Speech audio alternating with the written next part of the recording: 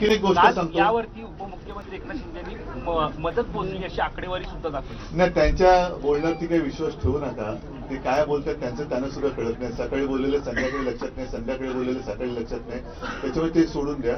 एक महत्वाचा मुद्दा हा काल सुद्धा मी उपस्थित केला होता आणि आज सुद्धा करतोय की नागपूर ही आपल्या राज्याची उपराजधानी आहे आणि नागपूरमध्ये अधिवेशन हे विदर्भाच्या व्यथांसाठी, विदर्भाच्या प्रश्नांसाठी घ्यावं असा एक प्रघात आहे.